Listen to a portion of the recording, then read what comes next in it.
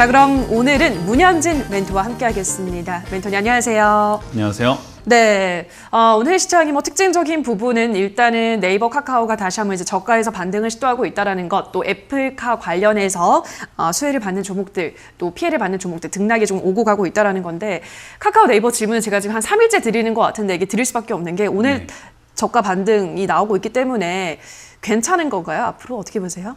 저는 카카오와 네이버 같은 경우는 사실 3일 동안이 아니라 많은 분들께서 다 전문가들에게 기대하는 게 그런 것 같아요. 미리 말해주면 어떠냐, 이렇게 될 수 있다라고.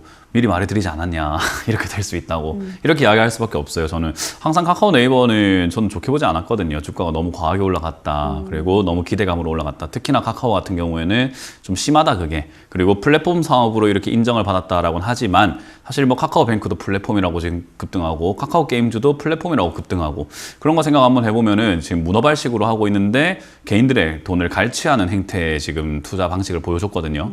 그래서 저는 원래 좋아 보이지 않았었던 기업들이고요. 특히나 이렇게 카카오 같은 경우는 주가가 올라오고 난 다음에 액면 분할을 하고 있기 때문에 사실은 개인들에게 팔아내기 쉬운 그런 입지를 만들어놨고 그런 소문과 그런 분위기를 만들어 놓지 않았나 생각이 듭니다. 그래서 이런 걸 사셨다라는 것 자체가 저는 조금 이렇게 문제지 않았나 생각이 들고요. 물렸다라고 한다면 사실은 당장에 여러분들께 대응 전략이 있을까라고 했을 때는요. 당장 추가 매수는 안 된다라는 말씀을 드려보고 싶어요. 왜냐하면 이런 건 이제 대세 하락으로 넘어가게 돼버릴 수도 있기 때문에 대세 하락이 된다면은 지금 이렇게 상승을 했던 거에서 어디까지 빠질지는 우리가 알 수가 없지만요. 최고점 대비해서 절반 정도, 그러니까 한 50% 정도가 이렇게 조금 떨어졌을 때 그때가 이제 많이 빠졌구나라고 할 만한 자리라고 보여집니다. 그래서 저는 이게 만약에 8만 원까지 내려가게 된다라고 한다면 그때서야 여러분들이 추가 매수할 수 있는 그런 자리가 되지 않을까 싶고요. 그게 아니라고 한다면은 여기서 이제는 변동이라고 하죠. 이렇게 급락이 생기면은 급락과 급등은 친구다라고 보시면 되거든요. 그래서 그런 반등이 나올 것 같습니다. 저는 그 반등 때 정리하시는 게 어떨까 생각이 들어요. 금융 보면 우리 플랫폼 사업이라든지 빅테크 기업에다가 규제를 넣는 게 이게 잘못된 거다라고 생각하시는 분들도 많이 있을 수 있는데 사실 시장 입장에서 본다면은 예전부터 이야기해 왔던 거예요. 이렇게 너희 지금 금융 상품들을 플랫폼을 이용해서 너무 잘못 팔고 있는 것 같다. 그러니까 우리가 너희한테 시간을 줄게. 빨리 고쳐라 했는데 그걸 안 고치다가 갑자기 역풍 맞은 거거든요. 그래서 사실은 이런 규제는 어느 정도 필요하다 생각이 들고요. 그리고 필요했기 때문에 그런 규제가 나왔다라고 해서 떨어진 게 아니라 저는 그 이유 때문에 떨어졌다기보다는 그냥 많이 올라왔으니까 차익 실현하는 그냥 물량들이 많을 것이다 라고 보여집니다. 그 물량을 우리 개인 투자자들이 받고 있을 뿐이기 때문에 그게 안타까울 뿐인 거고요. 그래서 일단 지금 당장의 해결책은 없습니다. 그냥 반등이 나올 때 정리하고 나오는 게 가장 맞는 거고 애초에 사지 말았어야 되는 기업들을 샀다라고 제가 계속 말씀드리고 싶네요. 그래서 카카오, 네이버는 들고 계시는 분들이라고 한다면 반등 나올 겁니다. 그 반등 때 잘 정리하고 나오자라는 의견을 드릴 수밖에 없을 것 같고요. 시장 전체 분위기는 지금 내려가고 있는 분위기인데 여기서 현금화 이제서야 해라라고 말씀을 드릴 수는 없을 것 같아요. 왜냐하면 여러분들이 손실이 굉장히 큰 구간입니다. 제가 현금화를 왜 미리 해라라고 말씀을 드리냐면요. 여러분들이 지금 물려있는 종목들이 최근에 이렇게 손실나고 있는 구간이 아닐 거예요. 그러니까 예전부터 샀던 종목이 지금 이렇게 물려서 현금화를 하고 싶지만 할 수 없는 상황이 되어 있다는 거죠. 이를테면은 반토막이 났다든지 또는 30% 40% 손실이 나고 있는 중이라든지 그러다 보니까 아니 현금화는 하고 싶은데 손실 보고 나올 수는 없잖아요 라고 하는 의견들이 아마 대다수일 겁니다. 그게 이제 제가 현금화를 미리 해라 라고 하는 이유예요. 아무거나 종목을 허투루 잡지 마시고 그런 거 잡으시면 나중에 현금화 해야 될 때 안 됩니다. 그러니까 미리 현금화 할 수 있는 그런 본전 또는 수익권에 있을 때 현금화를 시켜놓고 종목을 사지 않고 비중을 50% 정도는 현금으로 들고 있는 것이 맞다라고 계속 강조를 해드린 거죠. 그래서 많은 분들께서 지금이라도 현금화할까요 하시는 분들이 있는데 사실은 지금 현금화하기 늦었다라고 조언을 드리고 싶고요. 현금화를 꼭 하고 싶다라고 한다면은 수익권이거나 본전에 왔거나 또는 약손실 구간에서 이 정도는 내가 손절할 수 있어 라고 생각이 드는 그런 자리에서만 하셨으면 좋겠어요.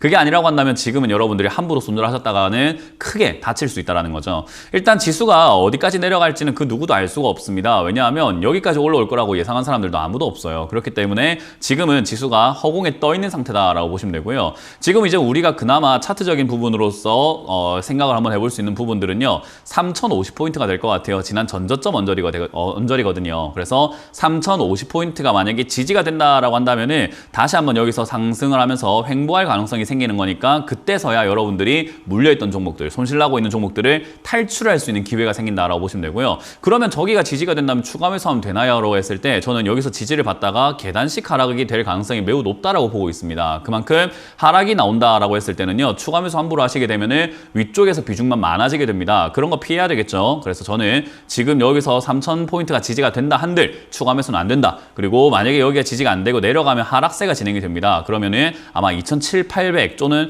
깊게 간다면 2,500, 600까지도 내려갈 수 있거든요. 그런 일시적인 충격이야말로 추가 매수의 절호의 찬스다라고 말씀을 드려보고 싶어요. 뭐 물론 현금이 없는 분들에게는 기회가 없을 겁니다. 그거는 미리 준비한 사람들의 기회이기 때문에 너무 욕심내지 마시고 내가 다음번에 현금을 잘 마련해야 되겠다라는 것을 배우시고 폭락이 나온다고 하더라도 급락이 나온다 하더라도 놀라지 마시고 그 다음 반등 때 잘 정리해서 역시 우리는 다음을 준비해야 될 것 같습니다. 그래서 여기서는 여러분들이 조금 침착해야 되고요. 뭐 미련, 후회 이런 거 가져봤자 아무 의미가 없습니다. 지금은 눈 앞만 보시고 3,050포인트가 지지가 되는지 안 되는지 여부를 확인하시고요. 이유가 뭐가 됐든 간에 지수는 내려갈 가능성이 높다고 봅니다. 이유는 만들기 나름이기 때문에 지금 지수가 올라와 있는 것 자체가 말이 안 되는 상태고, 그리고 금리 인상 시기에 지수가 올라간다는 것 자체가 말이 안 되는 것 같아요. 특히나 이렇게 하락에 대해서 제가 이렇게 의견을 밝히거나 전문가들이 하락에 대한 이야기를 하게 되면요, 주린이 분들이 너무 무서워요. 겁주는 전문가야. 전문가가 왜 저렇게 하락만 외쳐라고 할 수 있는데, 아니 이거 올라온다고만 하는 게 그게 전문가입니까? 그거는 저는 아니라고 생각을 하거든요. 그냥 듣고 싶은 말을 하는 것은 아니라고 생각을 해요. 내려갈 수 있는 걸 내려갈 수 있다고 말하는 것 자체가 전문가의 소신인 거고, 그게 저는 해야 되는 역할이라고 보고 있거든요. 특히나 주린이 분들이 주린이라는 그 보호막 안에서 투자를 하고 있다 생각하시지만요, 운전은 초보 운전 해가지고 우리가 양보해주고 비켜주고 이해해줄 수는 있지만요, 주식은 초보가 없습니다. 들어왔으면 실전이고 들어왔으면 바로 싸움이에요. 그래서 고수와 하수 그런 거 없습니다. 들어왔으면 동등한 상태이기 때문에 주린이라고 하는 그런 보호막, 그런 변명거리를 생각하지 마시고 내가 일단 들어왔으니 나는 그냥 실전에 들어왔다. 그 말을 상승이든 하락이든 대응을 할 수 있어야 된다라고 항상 명심을 하셨으면 좋겠어요. 스스로 약해지지 마세요. 그래서 저는 지금 당장 하락이 나올 수 있다 생각하는 단계이기 때문에요. 여러분들이 그 점을 명심하셔서 대응 전략을 짜셔야 될 것 같고, 지금 할 수 있는 대응 전략은 함부로 아무 종목이나 사지 마라. 그리고 두 번째, 본전이나 수익권 또는 약손실권에 올라오는 종목이 있다면 과감하게 저는 정리하셔가지고 현금을 빨리 마련하셔서 다음에 생길 수 있는 기회를 잡아보자라는 전략을 드려볼 수 있을 것 같네요.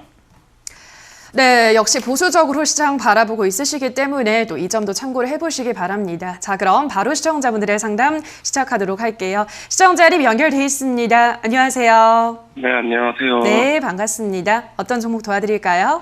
배경 하이테크요. 네, 매수가랑 비중은요? 33,000원에 10%요. 예, 33,000원에 10%. 어떤 이유로 매수를 하셨을까요, 시청자님? 네, 그 폴더 부품 파인테크닉스하고 이런 거 급등주처럼 올라가길래 세경을 잡았는데 근데 갑자기 너무 많이 떨어져서 네, 그쵸. 알겠습니다. 궁금해서.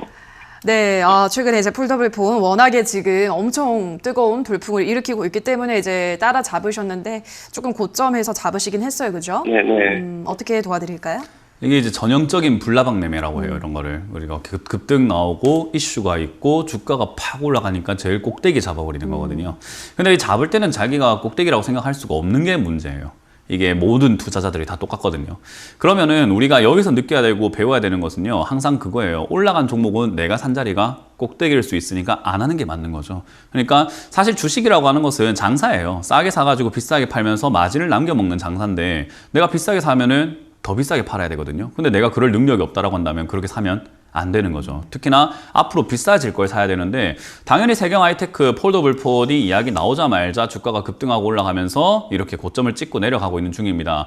폴더블폰 물론 저도 바꿨고요. 많은 분들이 지금 바꾸고 있고 인기가 정말 많고, 그리고 1,600만 대 예상을 하고 판매하려고 했는데 5천만 대까지 증설해야 된다, 그런 이야기 나오고 있다라고 했을 때 물론 이렇게 주가가 올라갈 수 있는 상황이었습니다. 그러나 저는 폴더블폰이 나오기 전부터, 이런 이야기 나오기 전부터 사전 예약을 하고 싶었고 바꾸고 싶었어요. 왜요? 미리미리 저는 정보를 얻고 있었으니까요. 그 말은 뭐냐면, 저처럼 생각하는 사람들이 많았고 이번에 폴더블폰은 정말 좋겠다라고 생각했다면 미리 사가지고 그런 뉴스와 함께 팔아내는 사람들이 있는 겁니다. 그래서 시청자님은 그런 팔아내는 사람들이 있을 때 좋은 줄 알고 매수하셨지만은 쉽게 생각하면 홀리신 거고 당하신 거예요. 이해가 되세요?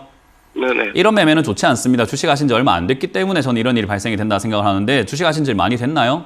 아니요, 얼마 안 됐. 네, 얼마 안 되면 이렇게 하시게 되고 약간 도박성 짙은 매매를 하게 됩니다. 근데 이렇게 하시게 되면은 이제 당장은 좀 괜찮을 수 있을지 모르겠습니다만은 저는 이거 1년, 2년, 3년, 4년, 5년 가면 갈수록 계좌가 점점 잔고가 점점 주는 걸 자꾸 확인하게 되실 거예요. 이런 매매 하지 마세요. 저는 분명히 말씀드립니다. 일단 제일 중요한 건요. 이런 자리에서는 N자 반등이라고 해서 아직 끝난 것 같진 않아요. 거래량이라고 하는 부분들이 완전히 죽었다라고 볼 수는 없을 것 같고요. 폴더블 폰이라고 하는 부분들이 아직까지 인기가 있을 것 같고 아이폰에서도 그러니까 애플에서도 지금은 폴더블 폰 이야기 나올 수 있다 생각이 들고요. 뭐 폴더블 디스플레이에 대한 그런 이야기들도 굉장히 많이 나오고 세경 아이테크가 역시나 스마트폰 관련주로 엮여 있기 때문에 스마트폰에 지금 사활을 걸고 있는 게 삼성전자잖아요. 네. 그래서 얘는 한번 뛰어오를 가능성은 있습니다만은 이게 문제가 뭐냐면요. 뛰어오를 때 어디까지 뛰어오를지를 예측 가능하진 않아요. 이해가 되세요? 네. 네, 이거는 지금 단순히 매수하려고 하는 사람들의 심리로만 급등을 했기 때문에 이게 이제 가치 분석이 된다든지 그런 게 아니에요. 그러니까 차트를 분석해서 어디까지 뛰어오른지 보면서 대응을 할 줄 알아야 된다는 거죠. 그래서 지금 당장에 오늘 이렇게 캔들이 만들어져 있는 상태에서 앞으로 어떻게 움직일지를 예측하는 건 그냥 우리가 흔히 말하는 예언가가 된다는 건데 저희는 전문가지 예언가가 아니잖아요. 그죠? 그렇죠. 예, 그렇기 때문에 이건 앞으로 어떻게 될지는 예상이 안 됩니다. 그러나 통계적으로 봤을 때 이런 차트를 만들면은 28,000원 또는 27,000원까지 밀렸다가 반등 나가는 경우들이 굉장히 많아요. 네. 그 말은 27,000원, 8,000원이 된다면은 여기서 승부수를 좀 걸어야 되는데 추가 매수를 해야 될 수도 있습니다. 근데 그거는 지금 결정하는 게 아니라 그때 어떤 모습을 만들어 주느냐를 보고 결정을 해야 돼요. 네. 이해가 되세요? 네. 근데 이건 저는 할 수 있는데 시청자님이 못 하잖아요. 그죠? 그렇죠. 그러니까 이게 지금 이 상담이 끝나고 나면 시청자님이 이게 탈출이 불가능할지도 모른다라는 거예요. 저는 알고 있기 때문에 옆에 메일이 있다면은 지금이 추가 매수입니다라고 말씀드릴 수 있는데 지금 그게 아니라고 한다면 이거는 시청자님은 대응이 많이 어려우실 거예요. 그래서 제가 그나마 드릴 수 있는 힌트는요. 27,000원 자리에서 더 이상 떨어지지 않고 버텨주고 이렇게 약간 횡보를 한다라고 하죠. 주가가 네. 옆으로 가기 시작하면은 그때 추가 매수를 해야 될지도 모릅니다. 네. 그래서 저 자리까지 온다면은 저는 다시 한번 전화를 주시면 좋겠다 생각이 들고요. 네네. 대신에 왔다고 전화 주시는 게 아니라 오고 난 다음 횡보했을 때입니다. 네, 더 이어지면 말씀드려요. 그렇죠. 그렇게 조금 더 이렇게 머무르면은 전화를 주시길 바라고요. 여기서 단순 반등이 나와서 31,000원 정도까지만이라도 올라오면 저는 손절하시는 게 낫다 생각이 듭니다. 대응이 많이 어려워서 그래요. 네네. 이해가 되셨어요? 네네. 네, 이런 자리는 앞으로 하지 마세요. 그럼 혹시 27,000원 밑으로 떨어지면 바로 손절해야 되나? 아니요. 27,000원 밑으로 떨어지면은 기업이 나쁜 기업은 아니거든요. 실적도 잘 나오고 재료도 살아 있고요. 네네. 네, 그런 것들 생각한다면은 오히려 이제는 27,000원 밑으로 떨어져서 만약에 25,000원, 22,000원까지 간다면 장기 투자하셔야 돼요. 그때는 아래쪽에서 비중을 그냥 조금 더 확 실어버려가지고 매수 단가를 확 낮춰서 조금 멀리 보고 가져가시는 방법이 있거든요. 네네. 그러니까 떨어지면 손절보다는 저는 일단은 잘 대응해서 손실 없이 나오거나 아니면 시간을 조금 많이 투자하셔가지고 수익을 내서 나오거나가 맞다 생각이 드니까요. 단기적으로 27,000원을 일단 주시하셨다가 빠지면은 아이고 어쩔 수 없다 이거 장기로 가져가자라고 원치 않는 장기 투자를 하실 수밖에 없다는 조언을 드려볼게요. 네. 알겠습니다. 네, 고맙습니다. 감사합니다. 네. 네, 자 그럼 다음 시청자분 만나볼게요. 시청자님 연결돼 있습니다. 안녕하세요. 네, 안녕하세요. 네, 반갑습니다. 어떤 종목 네. 도와드릴까요? 로지시스 9,800원에 15%요. 예, 9,800원에 15% 매수 이유가 어떻게 되실까요, 시청자님? 저 방송 보고 시크릿이라 그래서 네. 네, 했거든요. 그러셨군요. 시크릿 종목이라고 제시를 네. 했군요, 방송에서. 네. 알겠습니다. 이거는 이제 디지털 화폐 관련주로 엮여서 이제 이슈가 있으면 올라가잖아요, 멘토님. 지난달부터 그 모의 실험에 착수를 했다고 하고, 근데 이게 내년 6월까지 이어진다고 하네요. 그럼 당분간은 좀 이슈를 받기가 힘들지 어떻게 보세요, 멘토님? 일단 뭐 이슈는 조금 이따 설명드리기로 하고요. 우리 시크릿이라는 단어가 뭔가 한번 생각해 볼 필요가 있는 것 같아요. 시크릿, 쉿. 쉿 뭐죠? 시크릿? 안 알려줄 거야. 안 알려줄 거야. 비밀이라는 뜻이잖아요. 그죠. 그죠. 근데 비밀을 방송에서 이야기했으면 그게 비밀입니까? 네, 그걸 보고 사셨다라고 하는 것은 저는 시크릿이 아니라고 말씀을 드리고 싶은데요. 일단 네. 정말 너만 알아라 하는 그런 이야기가 있어요. 친구들 만나면 야 너만 알아라 이런 이야기 있잖아요. 그죠? 그 나중에 보면 다 알고 있어요. 그죠? 비밀은 절대로 말을 하지 않는 겁니다. 근데 만공연하게 이렇게 온천하게 공개가 됐다라는 것은 시크릿이 아니에요. 그런 걸 보고 사셨다라는 것은 그냥 홈쇼핑 하신 거예요. 주식은 쇼핑처럼 하는 게 아니라 장사를 해야 돼요. 그러니까 매수를 하시기 전에 항상 생각을 하셔야 되는 건 이거예요. 내가 이거를 팔아내야 된다는 거. 결국은 팔아서 마진을 남겨야 된다는 걸 꼭 명심을 하셔야 돼요. 그냥 사놓고 가지고 있는 그런 우리 소비랑 다른 거예요. 네. 요즘에 보니까는 홈쇼핑에 뭐 LA 갈비 이런 거 많이 시키잖아요. 그죠? 네. 그죠? 그런 거 사가지고 내가 먹어야지, 이번 명절 때 가족들하고 맛있게 먹어야지 하는 소비가 아니라 그런 걸 시켰을 때 내가 저걸 나중에 되팔아서 마진을 남길 수 있을까라고 생각해야 되는 게 주식이라는 거예요. 그러면 네. 로지시스를 뭐 저렇게 뭐 급등했어요. 지금 가격도 굉장히 높은 자리예요. 이런 자리에 매수하셔가지고 마진을 남길 수 있느냐라고 하면 저는 그건 좀 어렵다고 생각이 돼요. 왜냐하면 지금 로지시스라고 하는 이 기업이 올라온 이유는 무엇인가라고 한다면요. 아까 말씀하셨던 것처럼 이게 전산 장비, 통신, 그리고 VAN 이런 거 하고 있는데 화폐 그런 쪽으로 하고 있다라고 보시면 돼요. 그럼 화폐 관련주로 이렇게 엮여 있는 거잖아요. 그죠? 네. 그래서 우리가 디지털 화폐라던가 모의 투자 화폐, 뭐 모의 화폐 이런 걸 이야기할 때 얘가 급등이 나왔고 그런 거는 모두가 알고 있는 정보라서 그것 때문에 주가가 3,000원, 4,000원에 있는 게 10,000원까지 올라왔단 말이에요. 그러니까 3,000원에 샀던 사람들은 이런 일이 발생이 될 거라고 생각해놓고 사놓고 10,000원에 지금 팔고 있는 겁니다. 이해가 되시나요? 네. 그거를 이렇게 방송에서 나오니까는 팔기 좋은 상황이 돼버린 거죠. 내가 손 안 대고 코 푸는 거예요. 고객이 모여지잖아요. 10,000원에 살 사람이 필요했는데 이렇게 사주시잖아요. 그죠? 네. 그러니까 이러한 기본 주식의 개념, 그러니까 주식 시장의 원리를 먼저 이해하시는 게 좋다고 생각해요. 전 좋은 기업을 잡는 것보다 중요한 것은 좋은 가격을 잡아서 우리가 장사 마진을 남겨야 된다 생각을 하는 사람이라서 로지시스가 이렇게 급등했다. 어쨌든 얘는 재료가 다 떨어진 거예요. 그리고 다시 올라가려면 또 다른 재료, 우리가 모르는 정말 시크릿 재료가 필요한데 시크릿인데 우리가 어떻게 알겠습니까? 그죠? 네. 그러니까 얘는 지금은 제 생각에는 올라갈 가능성이 희박하다라고 보여지네요. 그래서 일단 98,000원, 9,800원에 매수하셨는데 저는 개인적으로 추가 매수는 안 된다라고 말씀드려보고 싶고요. 일단 새로운 정보나 디지털 화폐에 대한 이야기들이 좀 더 거론이 되고 좀 더 이렇게 이야기 되려면은 전 대선까지 가야 된다고 생각을 해요. 대선 되면 분명 화폐 개혁이라든지 뭐 디지털 화폐 이야기 정말 많이 나올 거라고 생각하기 때문에 밀린다면 요건 한 6,000원 초중반까지 밀릴 수 있는데 대선 때 급등 나왔을 때는 아마 뭐 힘이 좀 세다면 본전까지 금방 올라올 거예요. 네. 그래서 이걸로 수익 내려고 하지 마시고 그냥 내가 잘못된 길로 들어섰는데 나갈 수 있는 탈출을 주구나라고 생각하고 대선 즈음, 그러니까 연말에서 연초죠. 2021년 말에서 2021년 초입니다. 한 4개월에서 5, 6개월은 좀 더 들고 가보자라는 의견 드리고요. 추가 매수는 안 된다는 조언을 드려보도록 하겠습니다. 네. 고맙습니다. 네, 자 그럼 다음 시청자분 만나볼게요. 시청자님 연결돼 있습니다. 안녕하세요. 네, 안녕하세요. 네, 반갑습니다. 어떤 네. 종목일까요? 제주 반도체 네, 제주 반도체 매수가랑 비중은요? 6,000원에 20%요. 예, 6,000원에 20%. 매수 이유는 어떻게 되나요, 시청자님? 아니 오래 됐거든요. 네. 그래 아이고 뭐 적자는데 네. 그걸 없애야 되나 가지고 있어야 되나 궁금해서요. 아, 예, 알겠습니다. 제주 반도체 오래 이제 가지고 있으셨다. 네. 지금 주가 흐름이 그렇게 안 좋네요, 멘토님. 네. 네. 표정이 안 좋으세요, 멘토님. 아니 그 제주 반도체길래 제주도에 있는 회사인가 해서 봤는데 제주도에 있네요. 네, 제가 그때 그 얘기했었어요. 아, 저도 그랬어요? 지나가다 봤어요. 아, 예, 방금 제주도에서. 저도 혹시나 이제 궁금증이 들어가지고 그죠? 주소지를 확인했는데 제주도에 있는 회사인 것 같네요. 서울 반도체는 서울에 없고. 예. 그래요? 그렇군요. 어쨌든 제주 반도체 매수를 하셔가지고 오랫동안 들고 계셨다라고 하셨는데 뭐 2017년, 네. 8년도에 사셨나 봐요. 그죠? 아니, 오래됐다라고 그렇게는 하면. 오래 안 되고 한 1년 가까이 돼요. 1년 가까이면 작년 말쯤에 급등 나왔을 때 사신 거예요? 예. 올 초네요.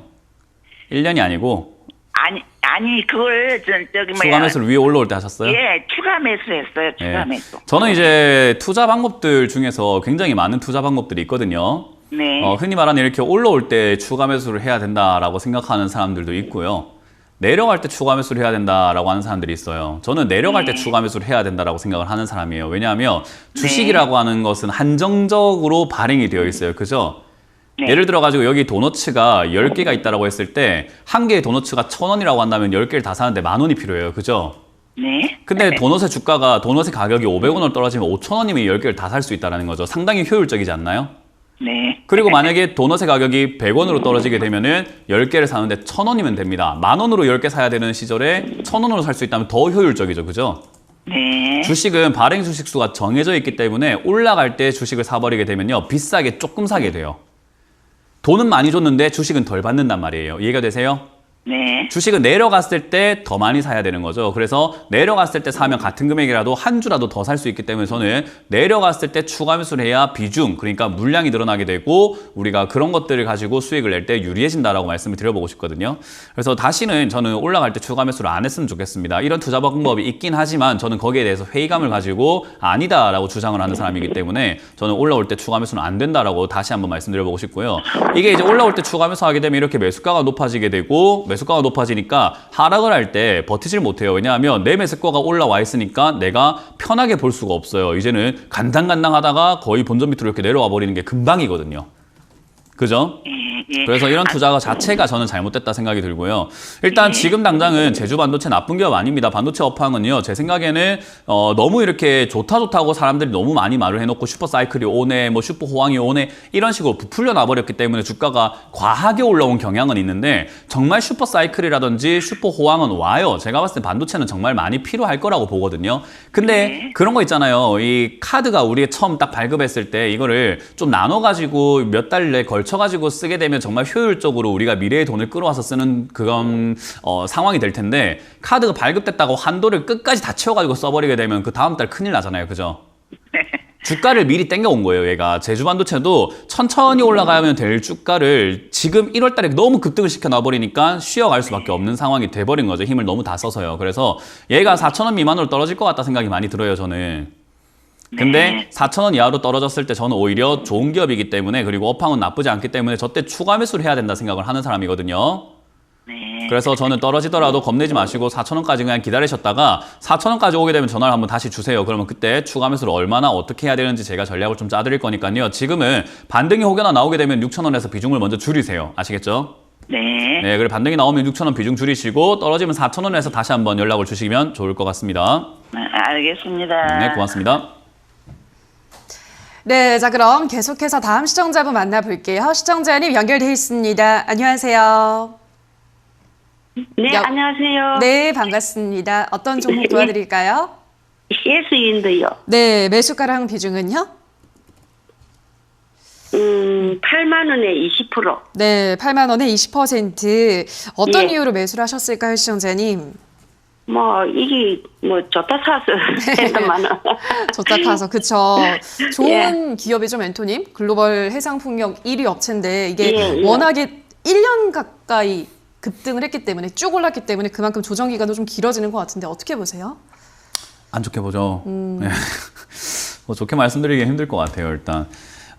항상 이 주식 상담을 하면서 느꼈던 건요. 많은 투자자들이 역시 소비 형태로 주식을 한다. 아까 말씀드렸잖아요. 샀으면 팔 생각을 해야 되거든요. 좋다 해서 산 거는 그냥 강매를 당하신 거고 마케팅을 당하신 거지. 우리가 이거를 장사를 할 수 있는 마인드가 아니에요. 그러니까 좋다고 해서 들어가게 되면 우리 항상 비싸게 사거든요, 뭐든지. 그리고 뭐 상품도 신상품 나와서 좋다 하면 비싸게 사게 돼요, 뭐든지. 근데 나중에 이렇게 시간이 지나서 사게 되면 좋은 것도 싸게 살 수 있단 말이에요. CS윈드도 마찬가지라고 생각을 하거든요. 좋다고 했기 때문에 싸게 살 것을 우리가 연구를 해야 되고 어떻게 하면 싸게 살 수 있을까를 우리가 연구를 하고 기다릴 줄 알고 치밀하게 작전을 짜야 되는데 좋다고 하니까 사버리니까 고객이 돼버린 거예요, 그냥. 이거를 비싸게 파는 사람들이 있을 건데 그냥 비싸게 사준 꼴밖에 안 되는 거예요. 저는 이런 투자 방식을 많은 투자자들이 좀 안 했으면 좋겠다라고 말씀을 드리는 거고 특히나 이제 우리 또 시청자분처럼 이렇게 연배가 좀 있으신 분들은 힘들게 모아놓은 돈이기 때문에 사실 그렇게 쉽게 날렸으면 안 된다고 생각이 들거든요.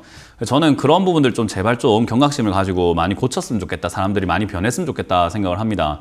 일단 제일 중요한 건 CS윈드가 나쁜 기업은 아닙니다. 업황 자체가 앞으로 미래 발전적인 업황을 가지고 있어요. 왜냐하면 풍력 발전, 설비, 제조 이런 걸 하고 있거든요. 그럼 풍력 발전을 한다. 우리나라 지금 제일 많이 이야기 나오는 게 탈탄소, 탈석탄 이런 거 이야기하면서 지금은 좀 신재생에너지, 환경, ESG 경영을 해야 된다. 환경과 사회와 뭐 지배구조를 생각해가지고 해야 된다. 뭐 그런 이야기들 너무 많이 돌고 있다 보니 보니까 그래 탈원전에다가 지금 신재생 에너지면은 풍력 발전이 짱이야 하면서 사람들이 여기다가 지금 많은 기대를 건 거예요. 그래서 지금 이 회사가 뭐 매출이 나빠졌는가라고 한다면 나빠지지도 않았어요. 좋아졌어요, 확실히. 왜냐하면 풍력 발전 이야기 많이 나왔고 탈원전 했으면 당연히 우리가 전력을 보충하기 위해서는 우리나라 수력하기 굉장히 힘드니까 풍력, 바람은 아무 때나 부니까 풍력과 태양 아무 때나 쬐니까 태양을 좀 만들어 보자라고 이야기 나왔던 거예요. 그래서 매출이 많이 증가를 했으나 지금 이게 문제가 되는 거는 그 매출이 증가한 양보다 주가가 올라온 양이 훨씬 더 크다라는 거죠. 폭이요. 매출은 4배가 올라갔습니다. 근데 주가는요. 10,000원에 있던 게 10만 원까지 10배가 올라갔어요. 그 말은 뭐예요? 매출은 4배밖에 안 올라가는데 주가는 10배가 올라갔으니까 거품인 거예요. 이해가 되세요? 그만큼 기대감이 있다라는 거고 기대가 많았다라는 건데 저는 기대가 큰 만큼 실망이 클 거다라고 생각합니다. 이미 재료는 다 떨어졌고 자동차 연료가 다 떨어지게 되면 차가 이제 더 이상 안 가잖아요. 그죠? 아무리 좋은 차라고 하더라도 뭐 좋은 외제차를 갖다 놓다 하더라도요 기름 없으면 안 가요. 얘도 마찬가지입니다. 차는 정말 좋은데 이제 기름이 다 떨어졌다 생각을 하고요. 아직까지 한 방 정도는 남아있다 생각을 합니다. 대선 때 이야기 분명히 나올 거라고 생각하기 때문에요. 그때 주가가 변동이 있을 거예요. 올라온다는 이야기는 아니고요. 흔들거린다는 이야기예요. 그 흔들거리면서 저는 8만 원 정도가 되면 본전에서 그냥 빨리 매도하시고 나오는 게 어떨까라는 조언을 드려보고 싶습니다. 이거는 투자가 아니라 그냥 도박판에 이렇게 우리가 한번 베팅 걸어 놓은 거 있잖아요. 그죠? 아, 신재생이 좋을 거야 하고 베팅 거는 느낌의 모습이기 때문에 이런 거는 좀 안 하시는 게, 이런 기업들은 안 하시는 게 좀 좋아요. 예. 이해가 되셨나요? 예, 알겠습니다. 네, 이런 저는 본전 정리 의견을 드리고요. 혹여나 빠진다고 하더라도 놀랄 건 없습니다. 7만 원짜리가 지지가 된다면 다시 한번 반등 바로 나올 것 같으니까요. 흔들리지 마시고 그냥 본전에서 바로 정리하자라는 전략을 드려보도록 할게요. 예, 고맙습니다. 네, 고맙습니다. 네, 자 여기서 전화 상담 잠시 쉬어가도록 하고요. 세미나 일정 체크를 해보죠. 세미나 있을까요, 멘토님? 아직까지 일정이 잡힌 건 없는데요. 아마 다음 없군요. 주에 일정이 있을 것 같습니다. 다음 주 월, 화, 수 이렇게 해가지고 저희가 평일에 또 마련할 것 같은데 뭐 네. 개인 사정이라든지 저희가 이렇게 또 스케줄이 좀 맞지 않을 때는 공지를 미리 드리니까요. 네. 그 점 참고하셔가지고 세미나 좀 오셨으면 좋겠어요. 알겠습니다. 자, 그럼 다음 주 월요일에 또 일정이 정리가 되면 바로 안내를 해드리도록 하고요. 바로 유튜브 상담 넘어가도록 하겠습니다. 첫 번째 댓글은 황지현 님께서 올려주셨는데요. 페노션 7,900원에 10%, 하반기 실적이 좋다고 해서 사모았는데 연일 떨어지네요. 하반기까지 끌고 갈 예정인데 상담 부탁드립니다. 라고 하셨는데요. 이거는 이제 BDI에 좀 연동이 돼서 움직이는데 그게 BDI 지수가 오른다는 사람도 있고 앞으로 떨어질 거다라는 사람도 있고, 멘토님은 어느 쪽으로 보세요? 저는 이제 그게 계속 올라갈 거라고 보고 있긴 해요. 뭐 해상 운임료라든지 이런 것들 분명히 올라갈 거라고 보고 있고, 그래요? 뭐 그렇게 된다고 하더라도 페노션이 주가가 올라갈 거라 생각하진 않아요. 그렇군요. 그러니까 이게 이제 하반기 실적이 좋을 거다라고 해서 매수를 하신 거잖아요. 그 좋을 거다는 거는 누가 결정을 한 거고, 뭐 미래에서 온 사람입니까? 타임머신 타고 왔나요? 그거 어떻게 아는 거예요, 도대체? 그냥 예상 때린 거거든요. 저는 그런 걸 그냥 고지고대로 믿는 것 자체가 투자자로서는 합격점을 받기 힘들다라고 설명해드리고 싶어요. 여러분들이 정말 내가 올바른 투자를 하고 싶다라고 한다면요, 그렇게 이야기하는 거, 하반기 실적이 좋다고 하면은 왜 좋은지, 왜 그렇다고 하는지를 보면서 나도 그렇게 생각하고 공감이 되었을 때 투자를 해야 되는데, 그렇다더라 카더라 하면서 투자를 하게 되면은 역시 이런 일이 발생이 되는 거예요. 당할 수밖에 없는 거예요. 이 주식시장은 개인들에게 유리하게 만들어진 거 하나도 없는 것 같아요. 불리하게 만들어졌기 때문에 개인들이 경각심을 가지고 정말 통찰력이 뛰어나야지만 주식을 통해서 수익을 낼 수 있습니다. 그게 제가 이야기하는 게 아니라 통계적으로 보면은 지금 전체 대한민국 계좌 있잖아요. 주식 계좌 전체 중에서 98% 이상이 손실 중이라고 하죠. 딱 2% 이하만이 수익을 보고 있다는 거, 그 구조가 왜 그런지 조금 이해를 해보시면 되지 않을까요? 막연하게 투자하기 때문이다라는 것만 기억하시면 돼요. 누구나 수익 낼 수 있습니다. 그러나 지금처럼 하시면은 수익을 내기가 힘들다라는 말씀 드려보고 싶네요. 일단 하반기까지 이렇게 본다라고 하셨는데요. 뭐 물렸으니까 하반기까지 보겠다라고 생각하는 거예요. 7,900원이 굉장히 높은 가격이거든요. 그래서 사실은 이 가격에 매수하셨다. 이미 추세도 많이 꺾여 있는 상태로 보여지네요. 이렇게 보면은 흐름이 끊겼죠. 올라가려고 하는 흐름이 최근에 이렇게 내려가는 흐름으로 바뀌었습니다. 그 말은 여기서 횡보하는 흐름이 나올 텐데, 지금 당장에 최근에 만들어졌던 저점이죠. 저점만 잘 지지가 된다면은 반등이 나와서 8,000원 정도까지는 올라갈 수 있지 않을까 싶습니다. 7,000원 지지가 된다면은 8,000원 정도까지 올라올 때 저는 바로 정리하는 게 좋다. 또는 8,000원이 아니라고 하더라도 7,600원 이상에서는 정리하자라는 의견을 드려볼 수 있을 것 같고요. 만에 하나 내려간다고 한다면요, 페노션 내려가면 좋은 기업이에요. 지금 가격은 너무 비싼데 내려가면 좋은 기업이기 때문에 비중이 그렇게 많진 않으시니까요. 오히려 반토막 날 때까지 기다려보자. 한 5,000원까지 내려간다면은 추가 매수를 통해서 뒤에 크게 수익 낼 수 있습니다. 그래서 나중을 위해서 조금 참아보자라는 전략을 드려보도록 할게요. 네, 자 그럼 다음 댓글도 확인해 볼게요. 이번에는 타임님께서 올려주셨습니다. 서울 바이오시스 19,200원에 48% 오래전부터 물려 있어서 한번 부탁합니다 라고 하셨는데요. 어떻게 좀 수익을 챙기고 나올 수 있을까요? 예, 이 기업으로는 수익을 챙겨 나올 수가 있을 것 같습니다. 일단은 실적이 굉장히 좋아지고 있는 기업이에요. 거기다가 이게 뭐 하는 기업인가를 보게 되면은 뭐 LED 칩 연구, 판매 뭐 이런 걸 하고 있단 말이에요. 네. 근데 이 서울 바이오시스라고 하는 이 회사가 LED 적외선 이런 걸 해가지고 뭐 살균력이 좋다 해가지고 코로나 이런 거 보면 살균해야 되잖아요. 네. 그래서 그런 쪽으로 엮여가지고 코로나 관련주로도 엮여서 급등을 했어요. 맞아요. 그럼 이런 기업들이 끼가 있는가 없는가를 좀 살펴볼 필요가 있는데 상당히 끼가 좋은 기업이죠. 앞전에 보면은 거래가 들어오면서 막 급등하고 상한가 가고 난리가 나거든요. 그리고 빠졌다가 다시 또 뛰어오르기도 하고요. 또 빠졌다가 꿈틀꿈틀 거린다라는 거예요.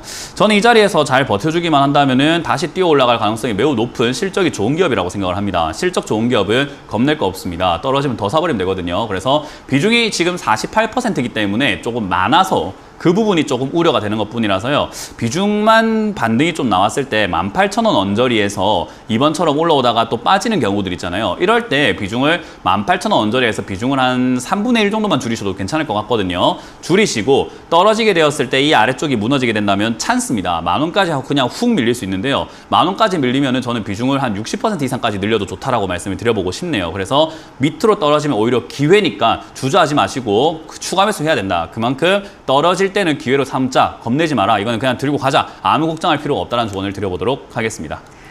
네, 자 그럼 다음 댓글도 볼게요. 이번에는 스타트업님께서 올려주셨습니다. 명신산업 31,220원에 5% 목표가와 종목 상담 부탁드려요 라고 하셨는데요. 이번에 테슬라가 새로운 그 기지를 미국에 이제 설치를 했는데 파트너사에 포함이 됐다는 소식이 전해졌음에도 불구하고 이제 그다지 많이 올라가지 않더라고요. 어떻게 이거 좀 대응해야 될까요? 천슬라, 테슬라 뭐 하면서 지금 굉장히 뭐 작년부터 올해까지 엄청났죠. 엄청나게 테슬라에 대한 이야기가 많았던 것 맞아요. 같아요. 그만큼 재료가 다 떨어진 거죠. 그러니까 올해 회자가 된다는 것은요, 좋다는 뜻은 아니에요. 네. 올해 회자가 됐다는 말은 우리가 속된 말로 많이 해먹었다는 뜻이거든요. 그만큼 주가도 많이 뛰어 올라와가지고 유상증자도 2번이나 하면서 테슬라는 고점에서 유상증자를 2번이나 했어요. 그냥 개인들의 돈을 시중에 나와 있는 유동성을 한번 싹 그냥 가져가겠다는 의도거든요. 좋은 의도는 아니에요. 투자자 입장에서는요. 기업 입장에서는 굉장히 잘한 일이고 박수 받아야 될 일인데 주식하는 사람들 입장에서 그런 거 좋은 거 아니거든요.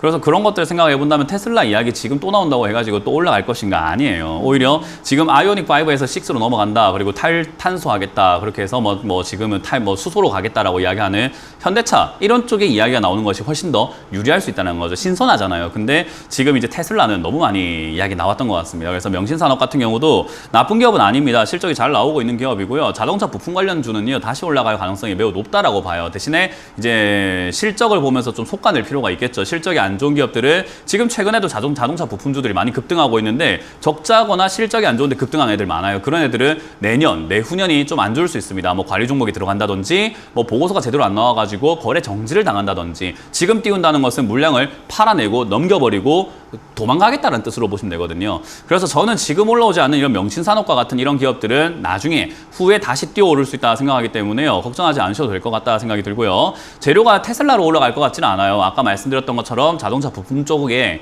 이야기가 좀 돌 것 같거든요. 그러면은 안 좋은 기업들은 도태가 되고 살아남은 기업들이 이제 급등이라기보다는 우상향으로 전환될 가능성이 높다고 봅니다. 문제는 명신산업은 신규 주수죠. 신규 상장주기 때문에 저는 그런 걸 생각해 볼 때 지금 주가가 너무 과하게 급등된 상태에서 시작을 했기 때문에요. 저는 당장 25,000원에서 40,000원까지 변동폭을 가질 수 있다 생각하기 때문에 지금 들고 있는 자리에서는요. 대응 방법이 굉장히 간단합니다. 매수가도 좀 높지 않기 때문에요. 밑으로 밀리면 29,000원 손절하셨다가 나중에 다시 들어가는 게 좋을 것 같고요. 여기가 지지가 된다면 바로 급등 나와가지고 40,000원까지 한 번에 논스톱으로 갈 수 있습니다. 그때 수익을 청산하고 나오시는 게 어떨까라는 조언을 드려보도록 하겠습니다.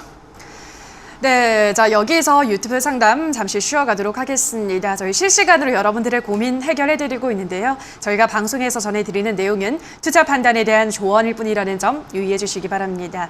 자 그럼 바로 전화 상담 이어가 볼게요. 시청자님 연결돼 있습니다. 안녕하세요. 네, 안녕하세요. 네, 반갑습니다. 어떤 종목 도와드릴까요? 네, 카카오뱅크요. 네, 카카오뱅크 매수가랑 비중은요? 83,000원에 35%요. 예, 83,000원에 지금 35%. 매수는 어떤 이유로 하셨을까요, 시청자님? 그때 블록딜 들어와서 주가 내려간다고 해가지고 지켜보고 있었는데 전화 상담에서 어떤 여자분이 전문가님한테 지금 들어가도 매수해도 되나요? 그랬더니 그 전문가분이 지금 들어가도 돼요 그랬거든요. 근데 그때 당시 잠깐 그 카카오뱅크 주가가 막 올라가고 있었어요. 예. 그래서 제가 같이 들어가서 그냥 매수를 한 거죠. 그러셨군요. 그러니까 블록딜 나오기 전에 매수를 하신 거네요. 아니요, 블록딜 나온 다음에. 다음에 매수를 하신 거예요. 네네. 알겠습니다. 그럼 어떻게 보면 이제 좀 약간 승부를 던지신 건데, 그리고 지금 쭉 밀리고 있습니다. 지금 카카오뱅크는. 그리고 이제 공매도 대상이 되면서 오늘 지금 또 공매도 이제 코스피 200 종목에도 조기 편입이 돼가지고 공매도에 대한 우려도 있고요. 쭉 떨어지고 있습니다. 어떻게 보세요? 일단 투자를 했다라기보다는 그냥 이렇게 귀가 얇다라고 네. 말씀을 드려보고 싶은데, 다른 분들 상담할 때 매수해도 좋다라는 이야기를 들었단 말이에요. 그러면 상담을 하는 사람 주체자, 그러니까 상담을 하는 직접 당사자는 사려고 하는 의향이 있었고, 그리고 이 사람의 의견을 들어보고 싶었고, 그러고 난 다음에 결정을 내린 거기 때문에 사야 되겠다가 되는데, 이렇게 그냥 방송 보면서 덜컥 사신 분들은요, 나는 살 생각이 없었는데 거기에 그냥 홀려가지고 사신 거거든요. 저는 그게 이제 기준이 있냐 없냐로 나뉜다라고 생각을 해요. 기준이 있는 분들은 지금 이거 매수하시고 나서 지금 떨어지는 거에 별로 후회도 없고 흔들리지도 않아요. 근데 기준이 없다라고 하신다면 지금 우리 시청자님처럼 흔들릴 수밖에 없는 거예요. 이해가 되세요? 네네. 네, 그거는 저는 올바른 투자라고 말씀드리고 싶진 않고요. 그런 이제 투자를 계속 하시게 된다면은 저는 계좌가 불어날 거라는 말씀도 드리기가 좀 어려울 것 같아요. 그래서 그런 부분들을 좀 명심하시고 인지하셨으면 좋겠고요. 이제 블록딜 이야기가 나오고 난 다음에 카카오뱅크라고 하는 기업에 대한 기대감이라든지 또는 이 기업이 가지고 있는 탄탄함을 봤을 때 주가가 더 올라갈 수 있고 요동을 치면서 변동이 나올 수는 있다 생각을 하는데요. 저는 개인적으로 다른 생각을 갖고 있습니다. 카카오뱅크는 사면 안 된다라는 생각을 하고 있고 상장 때부터 지금까지 고평가라고 보고 있는 기업이에요. 그래서 저는 개인적으로 금융주를 또 좋게 보고 있지는 않거든요. 금리 인상 시기가 되면은 역시나 금리 인상을 하니까 예대 마진을 많이 남겨 먹을 수 있다. 은행이 예대 마진을 많이 남기게 되면은 이익이 많이 좋아질 것이야. 카카오뱅크도 그렇지 않을까라고 생각하시는데 저는 카카오뱅크에 대해서 설명을 해드릴 때 다르게 설명을 합니다. 뭐냐면요, 시중은행, 우리가 흔히 말하는 국민은행, 하나은행, 뭐 기업은행, 농협 이런 여러 가지 시중은행 우리가 많이 이용하던 은행들이 있어요, 그죠? 네네. 그 은행들에 비해서 고객을 많이 유치를 했어야 되는 거죠. 신규로 나온 뱅크니까요. K뱅크라든지 카카오뱅크는요. 그게 우리가 흔히 말하는 인터넷 은행이에요. 그래서 신규로 사람들 많이 모집을 하려고 하니까 가격 메리트가 있어야 되고 사람들에게 대출을 이렇게 쉽게 해줘야 되니까 쉽게 해주면서 사람들을 많이 모아야 되니까 저신용자, 신용이 좀 불량인 사람들이라든지 신용이 좋지 않은 사람들에게도 대출을 마구잡이로 해줬고요. 거기다가 대출 한도까지 키워서 줬기 때문에 얘들 지금 부채 부담이라던가 그런 부채에 대한 리스크가 상당히 큰 기업들이라고 저는 생각을 해요. 근데 이거를 플랫폼 기업이래요. 카카오뱅크가 플랫폼 기업이라고 하는데 그러면 지금 상장되어 있는 카카오라도 올라가지 말던가 카카오도 이렇게 주가를 다 끌어올려 놓고 카카오뱅크가 플랫폼 기업이면 도대체 카카오뱅크도 플랫폼이고 카카오도 플랫폼이면 어쩌자는 겁니까? 인 거예요. 뱅크는 뱅크인 거고 카카오는 플랫폼인 거고 카카오라는 플랫폼을 이용하고 있는 뱅크이기 때문에 얘는 플랫폼 사업으로 보면 안 됩니다. 금융업으로 봐야 되죠. 그러면은 금융업으로 봤을 때는 역시나 리스크가 큰 금융업이기 때문에 저는 좋게 보지 않는다라는 거죠. 그래서 상장 때 너무 이슈가 컸기 때문에 주가가 과하게 올라갔고 그리고 지금은 떨어질 수밖에 없는 그런 리스크가 있다고 봅니다. 물론 금리 인상 이슈가 11월에도 있고 또 내년에도 있을 거기 때문에 주가 변동은 계속 있을 수 있어요. 금리 인상한다라고 하면 주가가 막 팔딱팔딱 뛰거든요. 네네. 그때 그냥 나오시는 게 어떨까? 단기 변동을 이용한 매매는 전 좋을 것 같은데 장기 투자용으로 카카오뱅크가 좋을까라고 한다면 저는 개인적으로 좀 회의적인 시각을 갖고 있어요. 전문가들마다 생각은 다 다른 거거든요. 누가 맞다라고 할 수는 없는 거고요. 그냥 취향 차이라고 좀 생각하시면 좋을 것 같은데 저는 금융업을 좋아하지 않습니다. 그리고 매수할 생각이 전혀 없어가지고 이거를 매수해라라고도 말씀드리기 힘든 기업이에요. 그래서 저는 개인적으로는 지금 카카오가 떨어지고 있으나 반등 나와서 8만 원까지는 충분히 올라간다고 봐요. 그리고 지난번에 갭 떨어진 이상으로 8만 5천 원, 9만 원까지 다시 한번 상승할 가능성은 있다라고 보거든요. 네. 그 뛰어오를 때 잘 정리하시길 바라겠고요. 혹여나 이 기업이 5만 5천 원이나 5만 원까지 떨어지면 이거는 기업이 좋고 나쁨을 떠나가지고 손을 좀 써야 돼요. 추가 매수를 한다든지 비중을 좀 이렇게 조절을 하셔야 되거든요. 그래서 5만 5천 원이나 5만 원까지 떨어지게 되면은 걱정하지 마시고 전화를 한번 더 주세요. 저기까지 떨어지면 탈출시킬 수 있습니다. 네, 알겠습니다. 네, 그러니까 다음번에는 좀 찬찬히 살펴보고 매수하기 전에 신중해야 됩니다. 사고 난 다음에 신중하면 안 돼요. 예, 어떤 전문가님이 말씀하시기를 네, 그거 어떤 전문가님이라고 하시는 게 아니라 결국 누가 샀어요? 네네. 제가 사긴 했는데요. 네, 맞습니다. 그것만 예, 기억하시면 돼요. 내가 네, 산 어제 거고 그 그러시더라고요. 손가락을 우리가 이렇게 일부러 매수 버튼을 눌러드리진 않았어요. 그죠? 네, 어제 그러니까 그러시더라고요. 그 부분을 좀 기다리면 명심하시고 반등이 하시길. 올 수 있으니까 기다렸다가 좀, 네. 좀 네. 기다려야 된다고. 그러셨구나. 알겠습니다. 다음에 또 더 궁금한 점 있으시면 연락을 주시기 바라고요. 대응 잘하시기 바랍니다. 자, 그럼 다음 시청자분 만나보도록 할게요. 시청자님 연결돼 있습니다. 안녕하세요. 예, 안녕하세요. 네, 수고하셨습니다. 반갑습니다. 어떤 종목 도와드릴까요? 현대중공업 지주 67,200원에 30%입니다. 네, 67,200원에 30% 매수는 예. 어떤 이유로 하셨나요, 시청자님? 그 지주회사하고 또 저는 시가총액 큰 회사 것만 하거든요. 잘 모르니까. 그러시구나. 예. 그래서 행보로 계속 가는 것 같아 괜찮을 것 같습니다. 알겠습니다. 일단 안전한 우량주를 위주로 하시는데 뭐 주가는 지금 뭐 떨어지고 있긴 하지만 아직까지 그 폭은 크지 않네요. 어떻게 보세요? 예, 예. 주식은요, 시가총액이 크든 작든 하는 그 순간부터 안전하지 않아요. 네. 안전한 종목은 없다라고 생각하시면 됩니다. 그냥 내가 안전하게 할 수 있느냐 없느냐인 거지. 운전도 그래요. 좋은 차라고 안전하고 뭐 안 좋은 차라고 안 안전하고 뭐 작은 차라고 위험하고 뭐 물론 사고가 났을 때 차이는 좀 있겠지만 내가 운전 스타일이 어떠냐에 따라 가지고 안전도가 굉장히 달라질 수 있습니다. 저는 그렇게 생각합니다. 주식도 똑같다 생각을 해요. 물론 대형주가 중소형주보다는 상폐 위험에서는 좀 덜 위험성이 있다고 볼 수 있어요. 그러니까 중소형주들은 갑자기 소리 소문 없이 횡령이 나오거나 갑자기 부도가 나거나 뭐 회사가 망하거나 이럴 수는 있거든요. 예. 예. 그런 리스크는 대형주에는 좀 적다라고 볼 수는 있으나 투자 방법이 만약에 내가 조금 과속을 즐기거나 뭔가 이렇게 좀 위험하게 운전을 하는 스타일로 투자를 하고 계신다라고 한다면은 어떤 종목을 사시더라도 위험해요.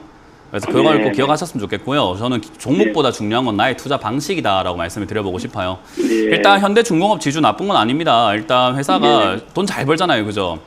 예. 뭐 적자가 났다가 흑자로 전환을 했단 말이에요. 그렇기 때문에 주가도 어때요? 바닥에 이렇게 박혀 있다가 반등이 나왔단 말이에요. 예. 이게 이제 내년까지 이어질 수 있는가, 내년에 더 실적이 좋아질 수 있는가에 대한 문제가 남아 있는데 제 생각에 지금 그건 좀 힘들 것 같아요. 특히나 지주사로 전환을 했기 때문에 현대중공업이 다음 주 상장이거든요. 예. 네, 상장 전에 주가가 한번 꿈틀거리거나 변동은 있을 수 있는데요. 그때 빨리 나오시는 게 어떨까 싶어요. 상장하고 난 다음에 현대중공업이 급등이 나게 되면은 얘도 이렇게 약간 시세를 낼 수는 있습니다만은 그런 거 노리기에는 너무 좀 어려운 투자를 하신 것 같거든요. 예. 네, 그래서 변동을 이용한다라는 게 말이 쉬운 거지 실제로 해보려고 하면 굉장히 어려워요. 예. 우리 복싱도 주먹을 피한다는 게 그 주먹은 피하면 되는 거 아니야? 말이 쉬운 거지 피하려고 하면 잘 안 돼요, 그죠? 네, 그거랑 똑같습니다. 그래서 저는 이거를 개인적으로 누구나 쉽게 할 수 있는 매매 아니다라고 생각이 들어서요. 반등은 한번 있을 것 같으니까요. 그 변동성에서 7만 원대에서 정리하시는 게 어떨까 싶고요. 이 종목보다는 다른 기업들을 조금 찾아보시는 거 어떨까? 우량주 좋아하시는 거면 전 좋은 투자 방법이라 생각하기 때문에 우량주 중에서도 저가에 있지만 올라갈 수 있는 기업들을 좀 찾아보자라는 전략을 드려보도록 할게요. 예. 고맙습니다. 네, 자 그럼 다음 시청자분 만나볼게요. 시청자님 연결돼 있습니다. 안녕하세요. 네, 안녕하세요. 네, 반갑습니다. 네, 어떤 종목 반갑습니다. 도와드릴까요? 포스코 강판이요. 매수가랑 비중은요? 매수가는 78,000원에 샀다가 뭐 이렇게 물타기 해가지고 74,900원이네요. 예, 비중은요? 네네. 비중은 25% 정도 되는 것 같아요. 예, 알겠습니다. 네네. 매수는 어떤 이유로 하셨을까요, 시청자님?